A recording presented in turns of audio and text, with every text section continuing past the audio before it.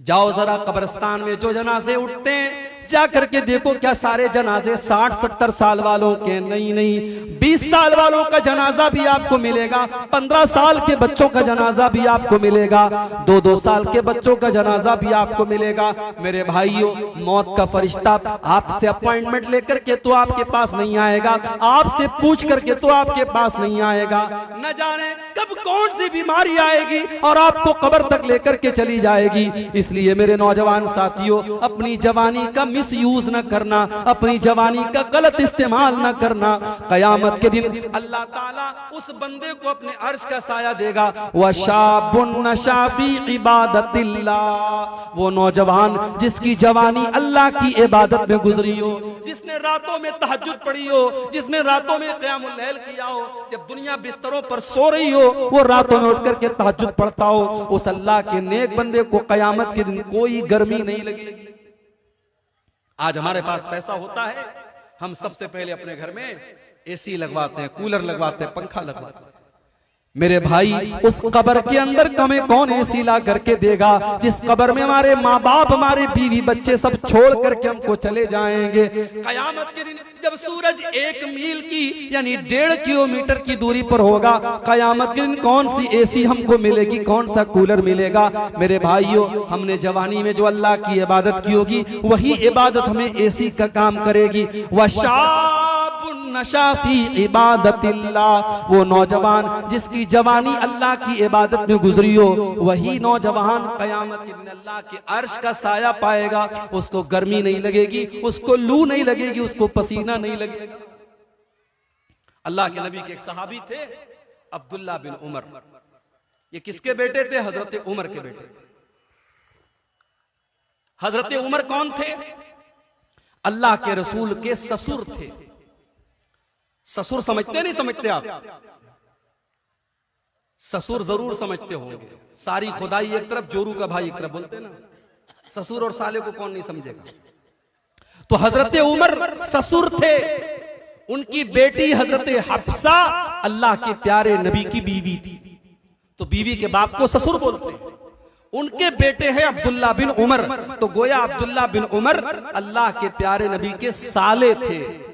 अब्दुल्ला बिन उमर ने एक मर्तबा ख्वाब देखा, सपना देखा। सपने में देखा कि 2 लोग मेरे पास आए और मुझको लेकर के कुएं के पास गए, और जब कुएं में मैंने झांक के देखा तो कुएं के अंदर आग जल रही थी। मैं देख करके डर गया। उन्होंने कहा तुम इसके अंदर नहीं जाओगे, और इतना कह करके मुझे वापस लेके आए, और फिर मेरी नींद खुल गई। मेरे पूरे चेहरे पर पसीना आ गया। मैं डर गया, कहीं ऐसा तो नहीं कि मैं जहन्नम में जाने वाला हूं, कहीं ऐसा तो नहीं मेरे साथ कुछ बुरा होने वाला है। लेकिन उनकी हिम्मत नहीं पड़ रही थी कि अपने इस सपने के बारे में वो अल्लाह के नबी को कैसे बताएं। तो कभी कभी ऐसा होता है, जब आदमी कोई बात किसी को नहीं बता पाता है तो अपनी बहन को बताता है, अपनी बड़ी बहन को बताता है, अपनी दीदी को बताता है। हजरत अब्दुल्ला बिन उमर ने अपनी बहन हजरत हफ्सा से कहा कि मैंने ऐसा ऐसा ख्वाब देखा है, तुम एक काम करो, इस ख्वाब का मतलब अल्लाह के नबी से पूछ करके मुझको बता दो। भाई बहन का रिश्ता भी बड़ा प्यारा रिश्ता होता है। जिनकी बहनें जिंदा हैं, अल्लाह सलामत रखे, अपनी बहनों की कदर करो और बहनें भाइयों की कदर करें। जिनके घरों में सिर्फ बहनें हैं और भाई नहीं हैं, उनसे पूछो भाई क्या चीज होती है, और जिन भाइयों को बहन नसीब नहीं होती उससे पूछो बहन क्या चीज होती है। हजरत हफ्सा रजी अल्लाह तआला अन्हा ने अल्लाह के नबी के पास आकर के कहा, ऐ अल्लाह के नबी, मेरे भाई ने ऐसा ऐसा ख्वाब देखा है, ऐसा ऐसा सपना देखा है, इसका क्या मतलब हो सकता है? बुखारी के अल्फाज हैं, अल्लाह के नबी ने फरमाया कि ऐ हफ्सा, नेमर रजुल अब्दुल्ला, ऐ हफ्सा तुम्हारा भाई अब्दुल्ला बहुत अच्छा इंसान है। इस सपने का कोई बुरा मतलब नहीं है, कोई खराब मतलब नहीं है। ऐ हफ्सा तुम्हारा भाई बहुत अच्छा इंसान है, बस एक बात की कमी है, लौ कान युसल्ली मिनल लैल। ऐ हफ्सा अपने भाई से कहो वो रात में जब इशा की नमाज पढ़ के घर जाता है तो सो जाता है। तुम्हारा भाई रात में सोता है और सीधे फजर की नमाज में उठता है। अपने भाई से कहो कि रात में उठ कर के तहज्जुद पढ़ा करे, क़ियामुल लैल किया करे, रात को उठ करके अल्लाह की इबादत किया करे। हजरत हफ्सा आती हैं और अपने भाई को ये बात बताती हैं कि अल्लाह के नबी ने तेरी तारीफ की है और कहा है कि तेरा भाई बहुत अच्छा इंसान है, बस एक बात की कमी है, वो रात में तहज्जुद नहीं पढ़ता है। ओ मेरे नौजवान साथियों, रात रात भर जलसे आपने सुने हैं, तकरीरें आपने सुनी है, मगर एक कान से सुन करके दूसरे कान से उड़ा देने की हमारी और आपकी आदत है। जरा अब्दुल्ला बिन उमर को देखो, जब उनके कानों में अल्लाह के नबी के ये जुमले पड़ गए कि अल्लाह के नबी ने मेरी तारीफ की है और ये कहा है कि अब्दुल्ला बहुत अच्छा इंसान है, बस एक बात की कमी है, वो रात में तहज्जुद नहीं पढ़ता है। बुखारी के अल्फाज है, फकाना ला यनामु मिनल लैल इल्ला कलीला। उस दिन के बाद से अब्दुल्ला बिन उमर रात में तहज्जुद पढ़े बगैर नहीं सोते थे और बहुत कम सोते थे और रात का ज्यादातर हिस्सा वो तहज्जुद पढ़ करके और क़ियामुल लैल पढ़ करके गुजार दिया करते थे। मेरे भाई, नमाज की पाबंदी करो और 5 टाइम की नमाज के साथ साथ कोशिश करो, अगर लंबी नहीं पढ़ सकते तो छोटी छोटी, अगर 8 रकात नहीं पढ़ सकते तो 6 रकात सही, 4 रकात सही, 2 रकात सही, तहज्जुद पढ़ने की आदत डालो। वल्लज़ीना यबीतूना लिरब्बिहिम सुज्जदन व क़ियामा। जिनकी गोद सुनिए, जिन औरतों को बच्चा नहीं हो रहा है और शादी के कई साल हो गए हैं, उन जोड़ों से कहूंगा रात में तहज्जुद पढ़ा करो।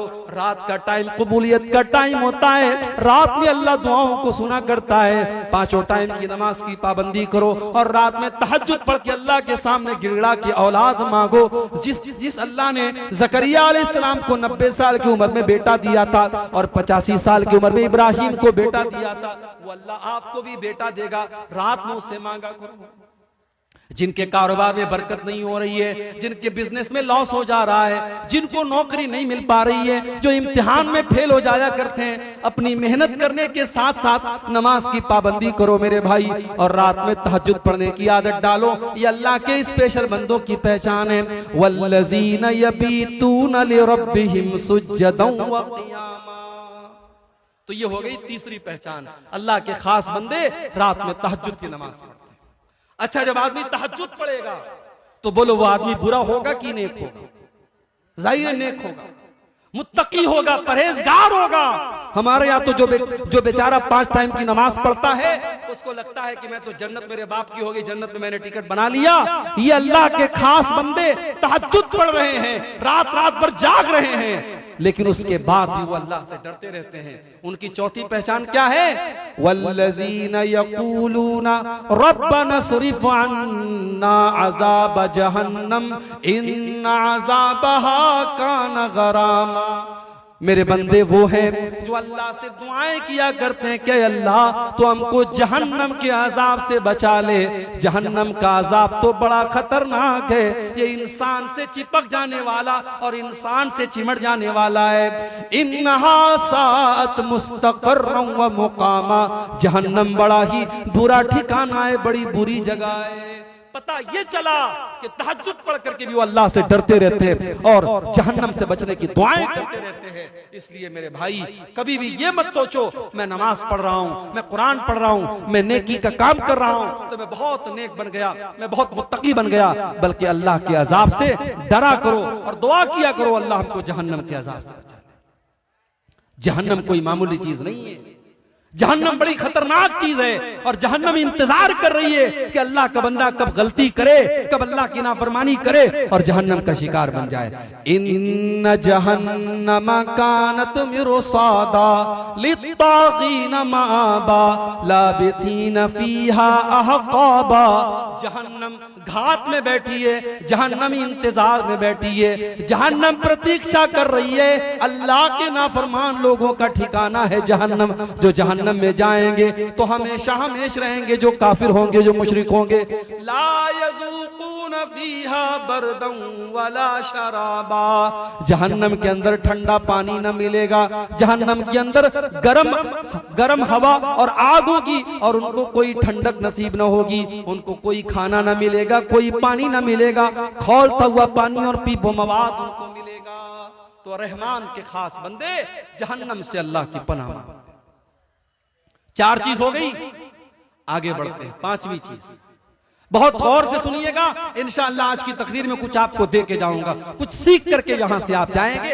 अल्लाह के खास बंदों की पहचान आपको बता रहा हूं, सब्र से और सुकून से आप बैठिए, इंशाअल्लाह ये टॉपिक पूरा करके मैं यहां से उठूंगा। 4 चीजें हो गई, 5वीं चीज वल्लज़ीना इज़ा अनफ़क़ू लम युसरिफ़ू व लम यक़तुरू व कान बैन ज़ालिका क़वामा।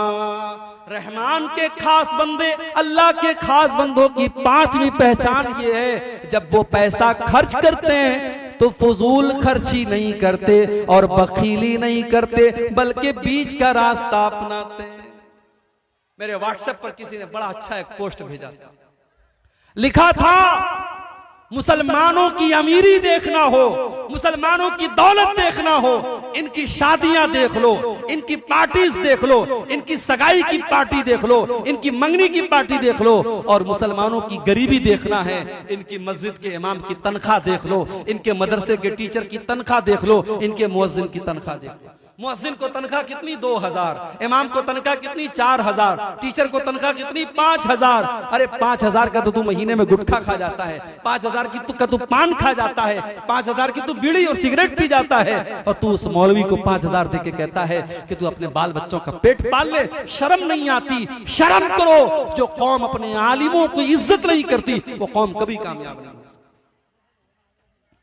तो ये कौम गरीब नहीं है, ये कौम गरीब होती तो दौलत पर बेतहाशा पैसा न खर्च करते।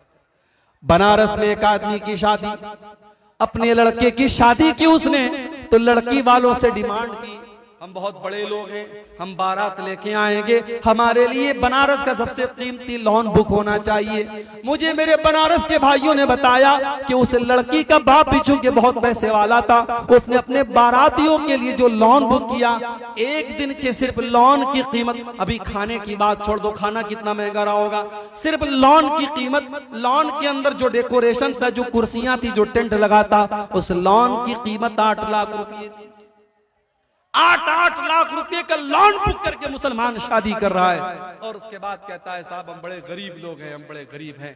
तेरी शादियों से तो नहीं लगता तू गरीब है, तेरी लड़कियों के ज़ेवरात से नहीं लगता तू गरीब है, तेरी फजूल खर्चियों से नहीं लगता तू गरीब है। हाँ, मस्जिद में देने की बात आएगी, मदरसे में देने की बात आएगी तो तेरे जेब से 10 का नोट निकलेगा, तेरे जेब से 20 का नोट निकलेगा। मेरे भाइयों, माल आपका नहीं है, माल आपका नहीं है, माल अल्लाह का है। आपको इस्तेमाल करने के लिए मिला है, आपको यूज करने के लिए मिला है, आपको हिसाब देना पड़ेगा।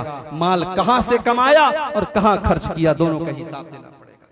अल्लाह के नबी सल्लल्लाहु अलैहि वसल्लम फरमाते हैं, ला तज़ूलु क़दमा इब्ने आदम मिन इंदि रब्बिही यौमल क़ियामा। इंसान क़यामत के दिन अपनी जगह से हिल नहीं पाएगा जब तक वो 4 सवालों का जवाब न दे दे। जब तक 4 सवालों का जवाब न दे दे कोई हिल नहीं सकता क़यामत के दिन। पहला सवाल, अन उम्रिही फीमा अफ़ना, तूने अपनी जिंदगी को कहां गुजारा। दूसरा सवाल, व अन शबाबिही फीमा अबला, तूने अपनी जवानी को कहां गुजारा। और तीसरा सवाल, व अन मालिही मिन ऐन इक्तसबहु व फीमा अनफक़हु, तूने माल कहां से कमाया और कहां पे खर्च किया। आमदनी का हिसाब भी देना है और खर्च का भी हिसाब देना है, कहां से कमाया और कहां खर्च किया। इसलिए फजूल खर्ची मत करो मेरे भाई, जितनी बड़ी चादर हो उतना पैर फैलाओ, फजूल खर्ची भी मत करो और कंजूसी भी मत करो। कुछ ऐसे लोगों को भी मैं जानता हूं, बहुत पैसा है मगर कपड़ा जब भी पहनेंगे बिल्कुल फटीचर वाला कपड़ा पहनेंगे, बिल्कुल खराब कपड़ा पहनेंगे। वो दिखाना नहीं चाहते कि हम पैसे वाले हैं। अगर अल्लाह ने आपको दौलत दी है, अच्छा खाओ, अच्छा पहनो मेरे भाइयों, और अपने परिवार को भी अच्छा खिलाओ, अच्छा पहनाओ। अल्लाह के नबी फरमाते हैं, जो दीनार तुम अल्लाह के रास्ते में खर्च करते हो, जिस दीनार के जरिए तुम किसी गरीब की मदद करते हो, और जो दीनार तुम अपने बाल बच्चों पर खर्च करते हो, उसमें सबसे ज्यादा सवाब तुमको उस पर मिलेगा जो तुम अपने परिवार के ऊपर, अपने बाल बच्चों के ऊपर खर्च करते हो। परिवार के ऊपर भी खर्च करो। और अपनी माँ बहनों से कहना चाहूंगा, शौहर अगर कंजूस है और आपकी जरूरतों को पूरा नहीं कर रहा है, आपकी जरूरत की चीजें नहीं ला रहा है, तो शौहर के पॉकेट में से बगैर बताए पैसा ले सकते। शौहर का पैसा आप ले सकती हैं उसको बगैर बताए, ये चोरी नहीं है। अगर शौहर कंजूस और बखील है तो बीवी उसकी इजाजत के बगैर उसका पैसा ले सकती है। तो रहमान के खास बंदों की ये पांचवी पहचान है, जब वो खर्च करते हैं तो फजूल खर्ची भी नहीं करते और बखीली भी नहीं करते, बीच का रास्ता अपनाते हैं। जब आप फजूल खर्ची करेंगे तो कुरान क्या कहता है, वला तुबज़िर तबज़ीरा इन्नल मुबज़्ज़िरीना कानू इख़वान अश्शयातीन। फजूल खर्ची न करो, हराम जगह पर पैसा मत खर्च करो। ये पैसा अल्लाह की अमानत है, सही जगह पर मस्जिदों में, मदरसों में, अपने बाल बच्चों के ऊपर, अपनी तालीम के ऊपर पैसा खर्च करो। हराम जगह पर पैसा खर्च करोगे तो शैतान के भाई बन जाओगे। 5 चीजें हो गई, अब आगे बढ़ते हैं। नंबर 6, नंबर 7, नंबर 8, 3 चीजें अल्लाह ताला ने एक आयत में जिक्र कर दी। रहमान के बंदों की 3 पहचान और बताई, वल्लज़ीना ला यदऊना मअल्लाहि इलाहन आखर वला यक़्तुलूना अन्नफ्सल्लती हर्रमल्लाहु इल्ला बिलहक़्क़ि वला यज़नून। रहमान के बंदे अल्लाह के साथ किसी और को नहीं पुकारते। जब भी मुसीबत आती है एक अल्लाह को पुकारते हैं। उनका मुश्किल कुशा अल्लाह, उनका गरीब नवाज अल्लाह, उनका गौसे आजम अल्लाह, उनका दस्तगीर अल्लाह। वो जब भी माथा झुकाते हैं अल्लाह के आगे झुकाते हैं, वो जब भी हाथ फैलाते हैं अल्लाह के आगे फैलाते हैं। औलाद मांगना हो तो अल्लाह से मांगते हैं, बिगड़ी बनाने वाला अल्लाह को जानते हैं। वल्लज़ीना ला यदऊना मअल्लाहि इलाहन आखर, वो अल्लाह के साथ किसी को नहीं पुकारते। यही शिर्क है मेरे भाई, अगर अल्लाह के साथ किसी और को हमने पुकारा यही शिर्क है। और शिर्क अल्लाह ताला के यहाँ माफ होने वाला गुनाह नहीं है। इन्न शिर्का लज़ुल्मुन अज़ीम, शिर्क दुनिया का सबसे बड़ा गुनाह है। और अल्लाह फरमाता है, इन्नल्लाह ला यग़फिरु अन युशरक बिही व यग़फिरु मा दून ज़ालिका लिमन यशा। अल्लाह ताला शिर्क को माफ नहीं करेगा, उसके सिवा कोई और गुनाह करोगे अल्लाह माफ कर देगा। आज का मुसलमान कब्रों पे जाके सजदा कर रहा है, मजारों पे जाके सजदा कर रहा है, लाल काले पीले धागे बांध करके उसको मुश्किल कुशा समझ रहा है और गले में तावीज पहन रहा है और अपने बुजुर्गों और पीरों के सामने सजदा कर रहा है। मौलाना हाली ने 100, 125, 150 साल पहले कहा था, करे गैर गर्बुत की पूजा तो काफिर, कवाकिब में माने करिश्मा तो काफिर, झुके आग पर बहरे सजदा तो काफिर, जो ठहराए बेटा खुदा का तो काफिर, मगर मोमिनों पर कुशादा है राहें, परस्तिश करे शौक से जिसकी चाहे, नबी को जो चाहे खुदा कर दिखाएं, इमामों का रुतबा नबी से बढ़ाएं, मजारों पे जा जा के नजरें चढ़ाएं, शहीदों से जा जा के मांगे दुआएं, न तौहीद में कुछ फर्क इससे आवे, न इस्लाम बिगड़े न ईमान जावे। मेरे भाइयों, जो काम गैर मुस्लिम अपनी मूर्तियों के साथ कर रहा है वही काम आप मजार और कब्र के साथ करेंगे, वो काफिर है, वो जहन्नमी है और आप पक्के मुसलमान हैं। ये नहीं हो सकता, ये डबल स्टैंडर्ड नहीं हो सकता, ये दोगलापन नहीं हो सकता, ये दोहरा मियार नहीं हो सकता। जब आपने नमाज में कहा इय्याका नअबुदु व इय्याका नस्तईन, ऐ अल्लाह हम तेरी इबादत करते हैं और तुझी से मदद मांगते हैं, और मस्जिद के बाहर निकल के कहते हो या अली मुश्किल कुशा, या ख्वाजा गरीब नवाज, और दुकान का नाम रखते हो केजीएन और वाई केजीएन, ये नहीं चले। शिर्क अल्लाह ताला क्या माफ नहीं होगा। रहमान के खास बंदे शिर्क नहीं करते। और अगली चीज क्या है, वला यक़्तुलून नफ्सल्लती हर्रमल्लाहु इल्ला बिलहक़्क़ि, और अल्लाह के बंदे किसी निर्दोष की हत्या नहीं करते, किसी बेकसूर को कत्ल नहीं करते। इस्लाम का मानने वाला आतंकवादी नहीं हो सकता। इस्लाम का मानने वाला वो इंसान है जिसने उत्तराखंड में सुरंग के अंदर फंसे हुए 15 नौजवान, 15 मजदूर 15 दिन से फंसे हुए थे। उन मजदूरों को निकालने वालों में एक मुसलमान लड़का कुरैशी उसका नाम कुरैशी खानदान का वो लड़का, मुसलमान लड़का, उसने अपना दिमाग लगा करके, अपना टैलेंट लगा करके उन मजदूरों को निकाला था। मेरे भाइयों, हमारा इतिहास रहा है, हमने जानों को बचाया है, हमने जान नहीं ली है। हमने तो देश को आजाद करने के लिए हमारे उलमा ने अपना खून बहाया है और काला पानी की सजाओं को झेला है। हाँ, इस्लाम का नाम लेकर के कोई अगर निर्दोषों की हत्या करता है, उसके लिए इस्लाम जिम्मेदार नहीं है, उसके लिए इस्लाम को ब्लेम नहीं किया जा सकता है। इस्लाम तो क्या कहता है, एक निर्दोष की हत्या करने वाला पूरी मानवता को कत्ल करने वाला है। मन कतल नफ्सन बिगैरि नफ्सिन औ फसादिन फिल अर्ज़ि फकअन्नमा कतल अन्नास जमीया। एक इंसान की हत्या करने वाला पूरी इंसानियत का हत्यारा है। वमन अहयाहा फकअन्नमा अहयन अन्नास जमीया। और एक इंसान की जान बचाने वाला पूरी इंसानियत की जान बचा रहा है। मुसलमान जान बचाता है, मुसलमान जान लेता नहीं है। और ये उत्तराखंड के उस नौजवान ने पूरी दुनिया को यह मैसेज दिया है। लॉकडाउन में मुसलमानों ने सफर से आने वाले मुसाफिरों को और मजदूरों को खाना खिलाया और पानी पिलाया, और सरकार ने और हुकूमत के लोगों ने और फिरका परस्तों ने उन्हीं लोगों को बदनाम किया और मीडिया वालों ने उन्हीं लोगों को बदनाम किया। नहीं मेरे भाई, मुसलमान इस देश में हमेशा जब भी कोई संकट आया, कोई मुसीबत आई, मुसलमान हमेशा साथ देने वाला और मुसीबतों में लोगों की मदद करने वाला रहा है। हमारा इतिहास इस बात का साक्षी रहा है, हमारी तारीख इस बात की गवाह रही है। वल्लज़ीना ला यक़्तुलून नफ्सल्लती हर्रमल्लाहु इल्ला बिल हक़्क़ि। अल्लाह के खास बंदे किसी को कत्ल नहीं करते, किसी की जान नहीं लेते, किसी बेकसूर की हत्या नहीं करते। वला यज़नून, और वो ज़िना नहीं करते, वो बदकारी नहीं करते।